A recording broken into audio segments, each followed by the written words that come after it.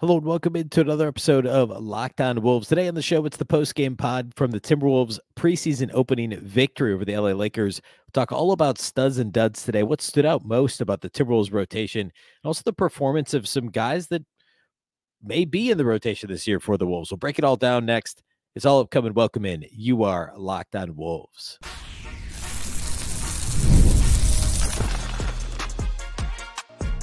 You are Locked On Timberwolves, your daily Minnesota Timberwolves podcast. Part of the Locked On Podcast Network, your team every day. Hello and welcome to the Locked On Wolves podcast, part of the Locked On Podcast Network, your team every day. My name is Ben Beecken. I'm the host of Locked On Wolves. Today's episode is brought to us by FanDuel. You can start the season with a big return on FanDuel. Place your first $5 bet. You'll get started with $200 in bonus bets guaranteed. Visit FanDuel.com to get started. Happy Monday, everybody. Hopefully you had a fantastic weekend. It's a Victory Monday, a preseason edition of a Victory Monday. The Wolves beat the Lakers on Friday night. They don't play again in the preseason until this Friday night. So today we're breaking down what happened in Friday night's win over the Lakers. And a lot of starters played, a lot of rotation guys played, albeit abbreviated minutes for those starters. We got to see a lot of Rob Dillingham. We got to see a lot of early on Dante DiVincenzo. We got to see a lot of some of the other young guys. We'll break the whole thing down here today on the show, give you studs and duds, a bit of a light version of a regular season post-game pod here today. So we'll get to all that on today's show. Big thank you off the top for making Locked On Wolves your first listen every single day. Of course, this show is free and available everywhere. That includes YouTube as well as all of your favorite audio platforms. Wherever you like to listen to podcasts, you can find Locked On Wolves. You can also watch on the Locked On Sports Minnesota app on both Roku and Amazon Fire TV. All right. So let's go ahead and get into really what I want to do today is, if you're new to the show, post-game pods, typically I'll do key takeaways, maybe some game flow type stuff, depending on how the game went. I don't usually like to go like blow by blow. You guys can read a beat report game story for that. So it's really key takeaways is the biggest thing. But this one actually had some pretty obvious storylines. So I want to get to that off the top. We do usually do studs and duds. I don't think I'm going to have duds for you today. I think everybody that saw the floor played pretty well for the Wolves, or at least did what they were expected to do. So we'll focus mostly on studs here toward the end of the show, but you'll be able to pick up on that based on how the first, segment plus of the show goes today, because there's a lot in terms of the Wolves' depth that I want to talk about. That's all very positive. No Anthony Edwards in this game for Minnesota. No Julius Randle. Still, remember he had the shoulder last year with New York, missed the last, several months of the season, including the playoffs. No reason to play Ant in this game, this early in the preseason. Also, of course, no LeBron for the Lakers. No Anthony Davis for the Lakers. Although D'Lo did play 21 minutes. Austin Reeves played 25 minutes. Like, really, the rest of the rotation played a lot more than the Wolves rotation. I mean, Rui Hachimura played 22 minutes in this game. Like, the Lakers played their starters and their top bench guys minus LeBron and AD pretty much. I don't know, 2/3 of what they would normally play in a regular season game. The Wolves only played their starters less than a quarter, and they never saw the floor again. I mean, it was second and third string guys for Minnesota for most of this game. They still won by 17 points. That tells you all you need to know about the Wolves' depth versus the Lakers' depth when neither team played their best players or their second best players, right? Like LeBron and AD didn't play. Anthony Julius Randle didn't play. I mean, I don't know that I would necessarily argue that Julius Randle's their straight up second best player, but like on the surface, that's what this looks like, right? So neither team is anywhere near full strength for this preseason game. And the Wolves had a pretty easy time of it. And that to me is the headline from this one, is just how impressive and frankly dominant the Timberwolves starters were. They outscored the Lakers 36-23 in the first quarter, had a 9-point lead at halftime, still a 7-point lead going to the fourth quarter. And then you have the deep bench guys for Minnesota against what was basically second string guys for the Lakers. Dalton Connect, of course, their first round pick. You saw a lot of Bronny James in the second half, Gabe Vincent, Colin Castleton, guys like that are kind of fringe second unit guys for the Lakers that the Wolves very clearly outclassed in this game. So to me, the headline is the Timberwolves have some serious depth. And we knew that, right? Like I've been saying all along, remember the Wolves returned 7 of their top 8 rotation guys from last year. And then you talk about 2 additional first-round picks, easily 2 guys who could have been lottery picks, Terrence Shannon and, of course, Rob Dillingham, who was a lottery pick, 8th overall. You talk about Joe Ingles. Like, I mean, that's a pretty good top 11. And then you add in Donte DiVincenzo. And then you add in Josh Minott, who we'll talk a lot about here today on the show. It's an impressive roster that Tim Conley has put together in Minnesota. And that to me is the absolute like bold type headline from this game is what the depth looks like for Minnesota. The starters overall looked fine. They played basically 10 minutes together. Conley only played 8 minutes and then was relieved by Nickeil Alexander-Walker, who we'll talk a lot more about the overall rotation, but he played a lot of point guard minutes. Actually, that's really what all he did in this game was effectively run the point. So more on that in a minute, because I do want to dig into the rotation. But with no Ant, Donte DiVincenzo started at the 2 next to Conley. And with no Julius, Randle, Reid was in the starting rotation, or starting lineup, I should say. So you had Conley, DiVincenzo, McDaniels, Reid, and Gobert starting. Those guys all played 10 minutes, although Conley was out after about 8 minutes, and Alexander-Walker came in for him. The starters played fine, but like not enough runway to really get any, to say anything definitive about those guys, except for Donte DiVincenzo. Like hot take here, but if DiVincenzo shoots 100% from the field and 100% from 3 and scores 11 points a quarter for his Wolves career, he'll be the best player in Timberwolves history, right? He had 11 points on 4 of 4 shooting, 3 of 3 outside the arc, 2 boards and assist. He did have 2 turnovers. The Wolves ran a couple of plays for him. One of the turnovers was not really entirely his fault, but they tried to get him open catch and shoot opportunities, off the dribble opportunities. We've talked about this since the trade, which we're now a week and a half out from when the trade was first reported. But DiVincenzo can get his 3-point shot off from anywhere, from any play type, can be off the dribble, can be off the catch, very comfortable, and both a volume and accuracy 3-point shooter. I'll say it again. I've said it on like nearly every show since the trade. DiVincenzo was 3rd in the league in 3-point attempts last year, 3rd in the entire NBA in 3-point makes last year, behind only Steph Curry and Luka Doncic. The dude can shoot threes. He did it in this game. 4 of 4 shooting, 3 of 3 outside the arc, all in the first quarter in a variety of ways. Very comfortable, very, very pleased to squeeze the trigger. And he was so good in this game.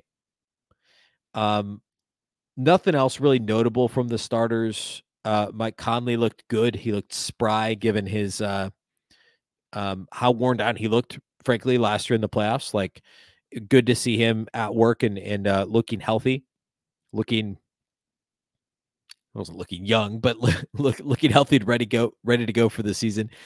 So that was key for me in terms of the starters. And then Nickeil Alexander-Walker actually played backup point guard in this game, which isn't really surprising if you watched the Wolves last year when Jordan McLaughlin was hurt or ineffective, when Monte Morris was hurt or ineffective, when Shake Milton was ineffective or traded. Kind of the default like next man up in every one of those scenarios was Nickeil Alexander-Walker as the kind of nominal backup point guard with, when he's on the floor with Ant initiates a lot of offense, but he was the backup point guard in this game. There's really no two ways about it. He did play alongside Rob Dillingham, but not primarily operated the offense, and Dillingham really played out of the corner for the most part. He was playing off the catch, and Alexander-Walker was the guy initiating the offense for the Wolves. I want to talk a bit more rotation. We'll get into some of the most impressive things the Wolves did, or the Wolves reserves did in this game. And then we'll get to studs and duds here toward the end of the show. We'll do all that here next.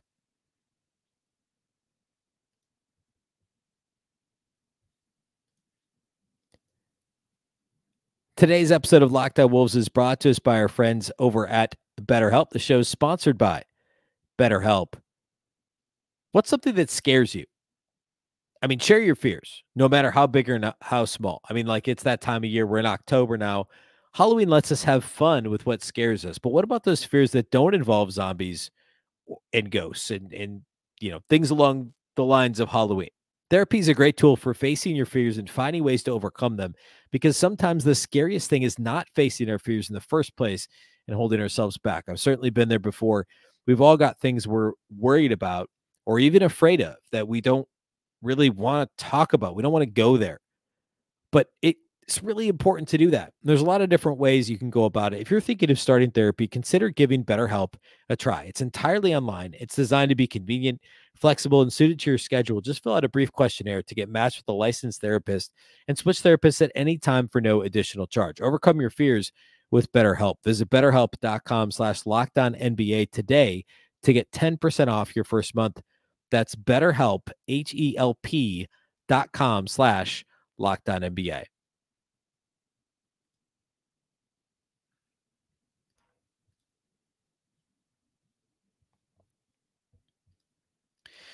All right, let's go ahead and talk about some of the rotation takeaways that I have, and we'll, as we kind of go here, I'll talk a bit about some individual players.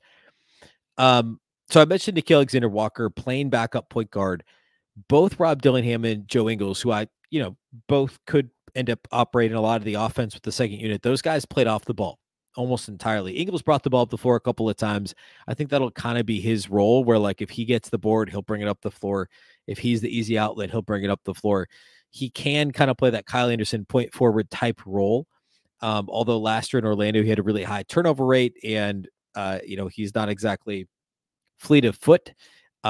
He can initiate some offense. Dillingham, obviously, I think long term, he is the backup point guard, and he eventually, the plan would be at this point for him to take over for Mike Conley in a year or two. He was not that in this game. It makes sense. It's his first real pro game, right? Like non-summer league game in an NBA uniform, albeit preseason. But Nickeil Alexander-Walker ran the show for the second unit. He actually had 4 assists. He did have a couple turnovers, but 4 assists in his stint, which spanned the last 4 minutes of the first quarter and really the first half of the second quarter of this game. And then he was done for the night as well. So he played a couple minutes with the starters and then primarily with the bench unit. Well, not primarily, entirely with the bench unit after that, like in the second quarter second quarter only for Nickeil. And he looked very comfortable. I mean, he did last year too, when he was asked to initiate the offense, was very valuable playing that role for the Timberwolves and having somebody that can do that, who generally plays off the ball and generally is just kind of like his main role is as a point of attack defender, was really good to see him look so comfortable initiating offense. And that's pretty much what happened. So again, Ingles playing out of the corner a little bit, Dillingham playing out of the corner.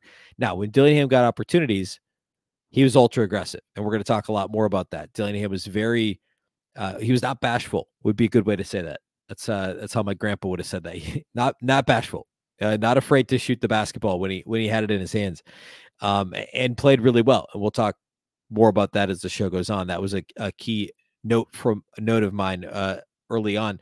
So Dillingham and Ingles played out of the corners.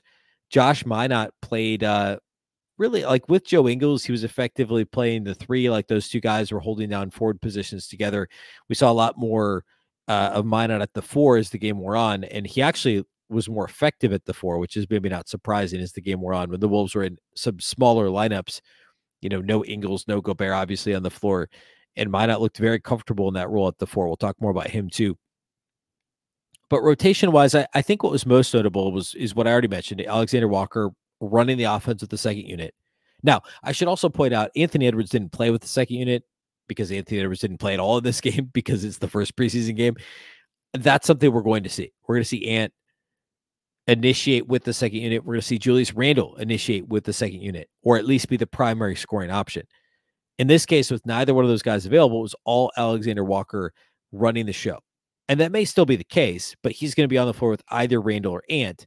So does it, like, I shouldn't say does it matter. It does matter. Like you do need a backup point guard. And there's a reason the Wolves traded for Monte Morris last year. However, at this stage, it maybe shouldn't be surprising to see Nickeil Alexander-Walker operating that second unit. We'll see how that looks as the season wears on.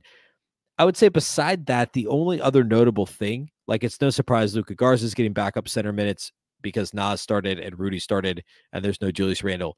So that's not a surprise. He's next man up when it comes to the front court. So basically him over Leonard Miller should not be a surprise, right? I would say the only other thing that would be mildly surprising would be Josh Minott seeing minutes over Terrence Shannon Jr. It didn't really shock me because it's TJ Shannon's first pro game, and he was always probably on the fringe of the rotation outside looking in anyway. But Minott got minutes actually like he was in the first quarter, right when the starters sat, and then he played heavy minutes throughout this game. Like Josh Minott ended up playing what 29 minutes, which was a team high actually by far. Terrence Shannon played 27, I guess Dillingham played 25, but Minott played 29 minutes, and he actually saw minutes in the first quarter. Alongside, I mean, no actual starters, because they basically did almost like a hockey line change with a couple of minutes left in the first quarter, and the starters didn't see the floor again. But Minott over TJ Shannon is significant. I've kind of been saying, like, I don't know, I don't want to say I've been assuming, but I've been saying like pretty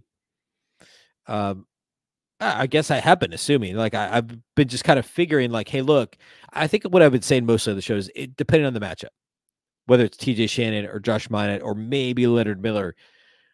But in my mind, it was always TJ Shannon or Josh Minott, depending on the matchup, would get the opportunity to be kind of that 9th or 10th guy in the rotation if everybody's available, or depending on who all is available for any given night for the Wolves.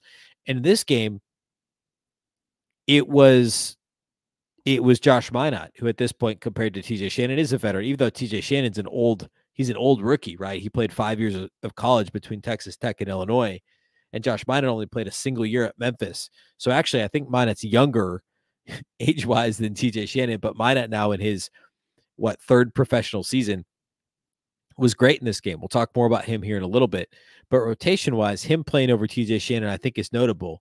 It may not matter. It's one preseason game, but at least that's the way this lined up coming into the first game. The only other player we saw that played really the only player I haven't mentioned that played first half minutes is PJ Dozier. I guess Leonard Miller briefly played at the end of the second quarter, but PJ Dozier, who's got a partially guaranteed contract, played a little bit in the second quarter and then started the second half with Minnesota. Started the second half for Minnesota. But PJ Dozier has $1 million guaranteed. I think the rest of his salary gets guaranteed the first week of January. So, I especially now with the acquisition of Keita Bates-Diop, who did not see the floor in this game. He's of course part of the Randle and DiVincenzo /Cat trade. I don't know what PJ Dozier's role is, but he played a little bit in this one. Played some rotation type minutes. He won't normally be in the rotation.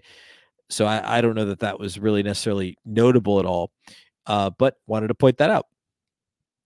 What I want to do is I want to close the show by spending some time on, it's studs and duds, which I always do, like the 3 players that played the best and the 1 or 2 that struggled for Minnesota.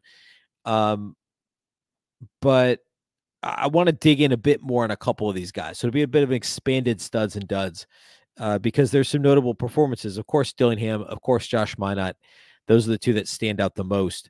But also Luka Garza. And then on the dud side, it's not really a full dud for preseason game number 1, but I do want to talk about some maybe slightly disappointing performances. So we'll do all of that here next.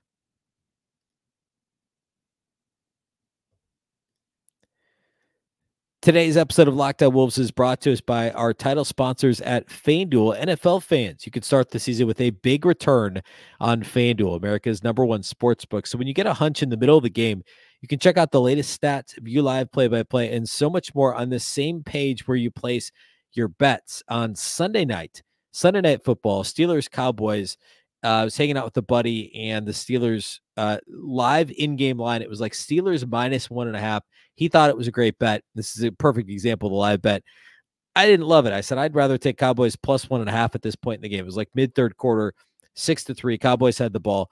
Sure enough, the Cowboys ended up going down. It did, to be fair, it did take until the final 20 seconds, but the Cowboys score. I think it was a pass to Jalen Tolbert in the final minute, and they end up scoring, winning by 3 points. That's exactly the sort of thing you can do on FanDuel, as long as you take my advice and not my buddy's advice. Take Cowboys +1.5 if you're live betting there on FanDuel. But yeah, I mean, check it out. Check out the live or the NBA win totals for the season. The Wolves stood pat at 52.5 win total. The Knicks actually went up after trading for Karl-Anthony Towns. So go check those out over on FanDuel as well. You can get started with $200 in bonus bets guaranteed when you place your first $5 bet at FanDuel. Again, that's FanDuel.com.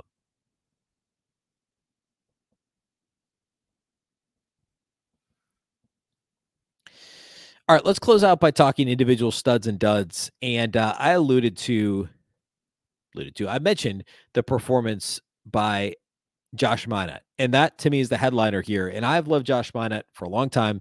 I have the receipts. You can go back and listen last offseason. So coming out of his rookie year, I really pumped up what he did at the collegiate level in Memphis. Not a full-time starter, a one and done player at Memphis, but the steal rates, the block rates, it was all crazy. And we knew he had the athleticism, we knew he had the size, the wingspan, the length to be impactful as an NBA player, but could he put it all together? And as I've said before, steal rate, block rate in college a lot of times can translate if the tools are there. There's obviously other factors that play into it. You can't just like take the guy with the best steal rate in college and plug him into the NBA. It's not that simple, but those indicators plus the athleticism and how raw he was really, I think, painted a picture of Josh Minott. There'd be a real shot of him being a legit pro player. And in flashes, like his rookie year, Chris Finch used him a couple times in end of quarter situations to come out and defend on the perimeter, and he was effective, but the offensive game was simply not there. The 3-point shot was not there. We saw that in Summer League last year, a little more comfortable this year. And now here we go. Preseason game number 1, he leads the team in minutes, 29. He scores 22 points on 11 shots, 9 of 11 shooting, 4 of 6 outside the arc, a perfect 5 of 5 on 2-point attempts in this game, 8 rebounds, 3 steals, 2 blocks. 1 assist, only 1 turnover in 29 minutes, was a game best plus 18. Josh Minott was. And it was about the activity, and it was about the catch and shoot 3-point shooting. That's what matters. And the activity's always been there for Josh Minott. There's no question about that. But if he can catch and shoot threes, he's not going to shoot 4 of 6 every night, but if he can be 36%, he could be league average. Look out. I mean, there's another feather in the cap of Tim Conley, I guess. But just the Wolves' depth. If he's their 10th, 11th guy this season, my goodness. Again, activity is the biggest thing for him, but I think that's always been there. He just looked a little bit more comfortable, certainly more sure of himself with the ball in his hands because it was pretty much catch and let it fly, or it was get on the glass, or it was, he didn't have any offensive rebounds in this game. But again, activity level overall and defensively getting 3 steals and 2 blocks, the stocks are always the story for Josh Minott. We knew he could do those things. It's doing them consistently and then building on top of that, the catch and shoot 3-point ability. And that was a real thing for Josh Minott in this game. And he was the headliner. He was, when it was all said and done, I shouldn't say the headliner. He was the headline, right? The headliners, of course, were the rookies, but, or the rookie and Rob Dillingham for the Wolves. And of course, the headliner for the NBA was Bronny James for the Lakers. I don't have much to say about that. But the headline after the game is Josh Minott leading the way with 22 and 8, an efficient 22 and 11 shots for Josh Minott. Rob Dillingham also gets a stud. He had 21 points on 20 shots, which isn't ultra efficient. He didn't get to the line at all, which is going to be a theme for him this year. He's very slight in terms of his build, but 9 of 20 shooting could be a lot worse. 3 of 6 on threes, which means he was 6 of 14 on twos. Dillingham loves the floaters. He loves push shots. He loves to pull up from anywhere on the floor, and he's a good enough shooter that he can get away with that. The shot selection, could be refined certainly, but that's going to be his role, is as essentially a second unit gunner. Like think Jamal Crawford, think Lou Williams, that type of a archetype. Talked about that after he was drafted. But that's exactly what the Wolves needed, is they needed some punch with the second unit. It's funny because Naz Reid won the 6th man of the year, but from the backcourt, they needed a bit of punch, a bit of somebody who was comfortable with the ball in their hands, trying to score or catching and shooting on the perimeter. Somebody, that plays the 1 through 3. Somebody that's going to be above the break that can just knock down a 3 or pump fake and get into the paint and do some damage. And Rob Dillingham showed that in this game. More than anything else, he just showed a comfort level with the ball in his hands. He was not intimidated. He was more than happy to go against anybody one-on-one and try and score against them. And that mentality, and Julius Randle will bring it too, is important to have. But in addition to that, he's also a lights-out catch-and-shoot shooter. We talked about how he was basically 50% catch-and-shoot on like 90 attempts last year at Kentucky. And he was 3 of 6 outside the arc in this game. Rob Dillingham is going to be an effective NBA scorer. It remains to be seen how efficient he'll be if he doesn't get to the line a ton. Turnover issues I'd anticipate being a thing, although he had 4 assists, only 1 turnover in 25 minutes in this game. But yeah, I love what I saw from Rob Dillingham. Again, the aggression was the biggest thing for me. But in general, he just looked very comfortable with the NBA game, with the speed, the pace, etc. Played a really solid game. Luka Garza, also a stud for me in this one. 20 points and 9 rebounds, 7 of 13 shooting. He was not shy. Luka's never shy to shoot the basketball. 1 of 4 on threes, 5 of 8 at the line. He got to the line 8 times in 22 minutes of this game. 9 boards, 6 of them on the offensive glass for Luka Garza. Plus 15, was easily second on the team next to Minott's plus 18. Again, 20 and 9 for Luka Garza. He's going to punish mismatches if he gets the opportunity this season. I don't know how much. I don't think he's going to be a regular feature in the rotation. But if the Wolves have an injury, if Gobert misses a game, if Naz misses a game, if Randle misses a game, all possible, especially early in the season. Randle's still the shoulder, obviously bothering him. Then Luka Garza, like, given the opportunity, he can be an effective offensive player at the NBA level. And he again showed that here. Not that he hasn't proven it many times before, but he was really solid in this game. Inside and outside. I mean, like 1 of 4 on threes, but like catch and shoot, looks very comfortable, certainly confident in shooting those shots. Dud-wise, I don't really have any duds. Jalen Clark looked a bit rusty still, but still effective defensively. He had a couple of steals, I believe, both just kind of pokeaways, like just really savvy plays in the half court. But he was 0-4 from the floor. That's going to be kind of his thing. I think he sees a lot of G League time this year. I think he's probably a year away, especially with the depth on this team. Like, Jalen Clark's not in the top 12, 14 guys, maybe even, that would see time for the Wolves this year. So, like, expect to see a ton of him in the G League. He looked a bit rusty. We talked about PJ Dozier already. Joe Ingles wasn't really asked to do a whole lot. By the way, Ingles did have 3 assists, no turnovers in just 11 minutes in this game. Outside of Dozier and Alexander Walker, that's the least minutes of any non-starter for the Wolves in this game. No real duds, though. Like I said, Jesse Edwards, 2-way center, played well. Only had 1 bucket, 3 boards, all offensive rebounds in 14 minutes. I thought he was effective defensively, had a presence. Leonard Miller, kind of a nondescript game. I thought it was telling he only played 14 minutes in this game. We'll see if he gets to play more as the preseason wears on. But I don't think he's going to be a rotation member for the Wolves, at least not early this season, unless it becomes out of necessity. I don't think we'll see a whole lot of Leonard Miller early in the season. All right.